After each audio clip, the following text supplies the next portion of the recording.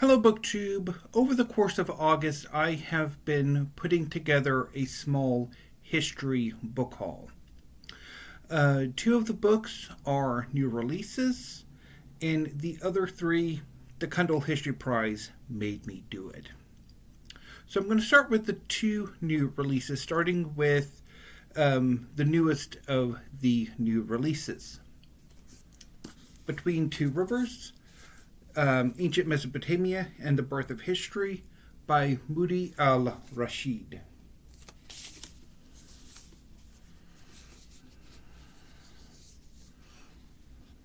Thousands of years ago, in a part of the world we now call Ancient Mesopotamia, people began writing things down for the very first time. What they left behind in a vast region between the Tigris and Euphrates rivers preserves leaps in human ingenuity, like the earliest depiction of a wheel and the first approximation of pi. But they also capture breathtakingly intimate, raw, and relatable moments, like a dog's paw prints as it accidentally stepped into fresh clay, or the imprint of a child's teeth. In Between Two Rivers, historian Dr. Moudhy Al-Rashid reveals what these ancient people chose to record about their lives, allowing us to brush hands with them millennia later. We find a lullaby to soothe the baby, instructions for exorcising a ghost, countless receipts for beer, and the messy writing of preschoolers. We meet an enslaved person negotiating their freedom, an astronomer tracing the movement of the planets, a princess who may have created the world's first museum, and a working mother struggling with the juggle in 1900 BCE. Millennia ago, Mesopotamians saw the world's first cities, the first writing system, early seeds of agriculture, and groundbreaking developments in medicine and astronomy. With breathtaking intimacy and grace, Al-Rashid brings their lives, with all their anxieties, aspirations, and intimacies vividly close to our own. So, the ancient Near East is one of my favorite areas of history. In fact, I guess you could probably say I'm an ancient Egypt and Near East guy. So, really looking forward to reading this book.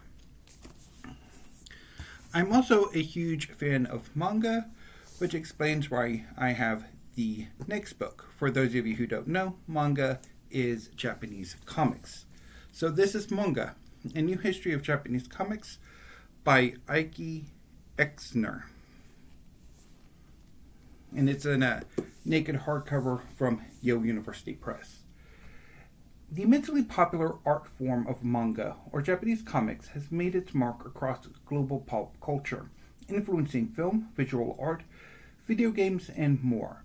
This book is the first to tell the history of comics in Japan as a continuous story, focusing on manga as multi-panel cartoons that show stories rather than narrate them. Eike Exner traces these cartoons' gradual evolution from the 1890s until today, culminating in manga's explosion in global popularity in the 2000s, and the current shift from print periodicals to digital media and smartphone apps. Over the course of this 130-year history, Exner answers questions about manga's origins, the establishment of its distinctive visuals, and how it became such a fundamental part of the Japanese publishing industry, incorporating well-known examples such as Dragon Ball and Sailor Moon, as well as historical manga little known outside of Japan. This engaging narrative presents extensive new research, making it an essential read for enthusiasts and experts alike. So, ordinarily, with historical new releases, which these two are, I ordinarily pre-order them from Amazon because Amazon offers release day delivery, usually through UPS. If you've been following along with my channel for the last few weeks, you will know that I have been having issues with UPS. And so I decided, as a consequence of that, to cancel all of my book pre-orders with Amazon and to shift them to either Barnes & Noble or Powell's, which is where I ordered these two from. Because while I don't get release day delivery, both of them offer free shipping at 50%, $50. So I'm not really having to pay shipping and handling. So going with others besides Amazon, it doesn't hurt too badly. Although I might for September do some redo the pre-orders with Amazon. I don't know. I haven't decided yet. I will report back on my next history book haul. So now on to the 3 books that the Cundill History Prize made me buy. First up is last year's winner, Native Nations, A Millennium in North America by Kathleen DuVal. In addition to winning the Cundill History Prize, it also won the Bancroft Prize, the Pulitzer Prize, and the Mark Linton History Prize. A millennium ago, North American cities rivaled urban centers around the world in size. Then, following climate change and instability, numerous smaller nations emerged, moving away from rather than toward urbanization. From this urban past, egalitarian government structures, diplomacy, and complex economies spread across North America. And as award-winning historian Kathleen DuVal vividly recounts, when Europeans arrived, no civilization came to a halt because of a few wandering explorers, even when the strangers came well armed. In the centuries afterward, indigenous people maintained an upper hand and used Europeans in pursuit of their own interests. Mohawks closely controlled trade, Quapaws manipulated colonists, and Kiowas regulated the passage of settlers across the territory. Even as control of the continent shifted toward the United States through the 19th century, as Native Nations shows, the sovereignty and influence of Native peoples remained a constant and will continue far into the future.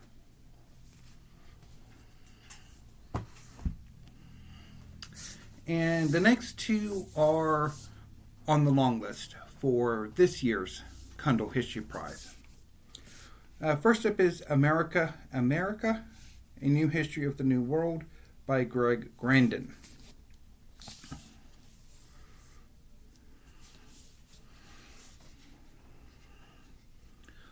The story of how the United States' identity was formed is almost invariably told by looking east to Europe.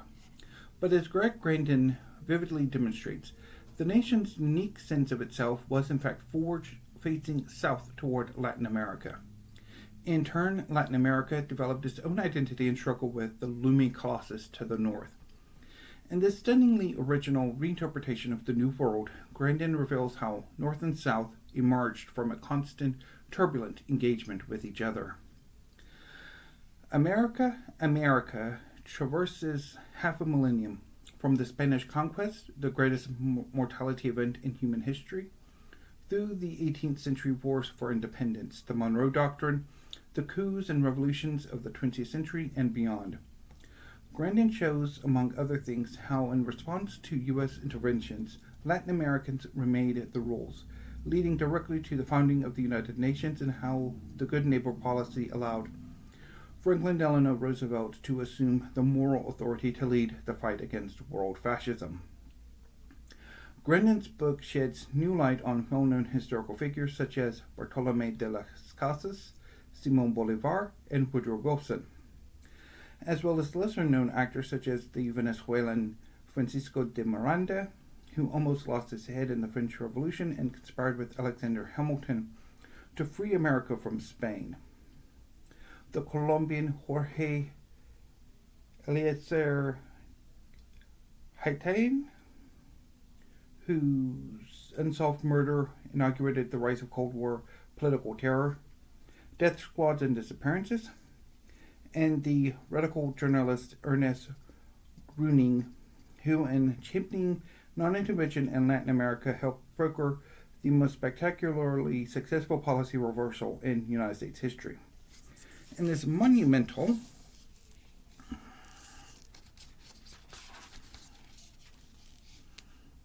work of scholarship that will fundamentally change the way we think of Spanish and English colonialism, slavery and racism, and the rise of universal humanism. At once comprehensive and accessible, America shows that centuries of bloodshed and diplomacy not only helped shape the political identities of the United States and Latin America, but also the laws, institutions, and ideals that govern the modern world. In so doing, Grandin argues that Latin America's deeply held culture of social democracy can be an effective counterweight to today's spreading right-wing authoritarianism. A culmination of decades-long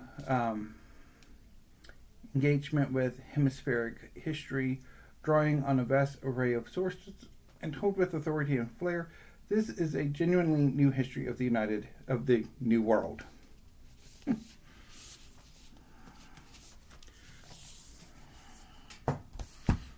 And finally, How the World Made the West, a 4,000-year history by Josephine Quinn.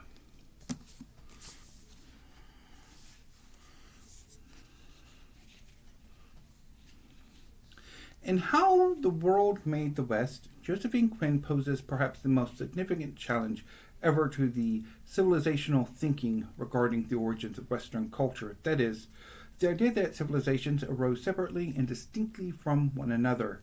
Rather, she locates the roots of the modern West in everything from the law codes of Babylon, Assyrian irrigation, and the Phoenician art of sail, to Indian literature, Arabic scholarship, and the metalworking writers of the steppe, to name just a few examples.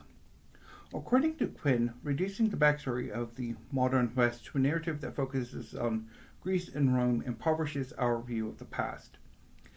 This understanding of history would have made no sense to the ancient Greeks and Romans themselves, who understood and discussed their own connections to and borrowings from others.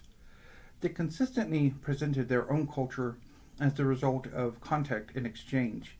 Quinn builds on the writings they left behind with rich analyses of other ancient literary sources like the Epic of Gilgamesh, religious texts, and newly discovered records revealing details of everyday life.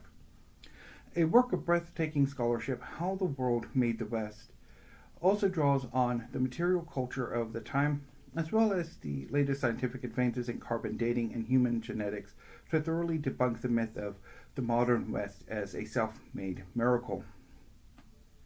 In lively prose and with bracing clarity, as well as through vivid maps and color illustrations, How the World Made the West challenges the stories the West continues to tell about itself. It redefines our understanding of the Western self and civilization in the cosmopolitan world of today.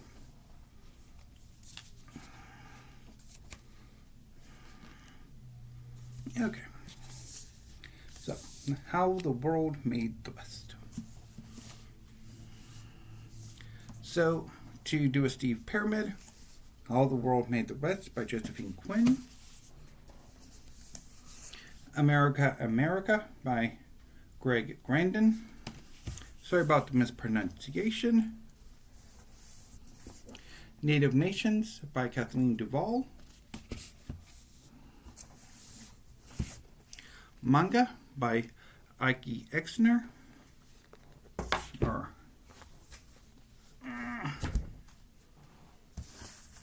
And Between Two Rivers by Moudhy Al-Rashid.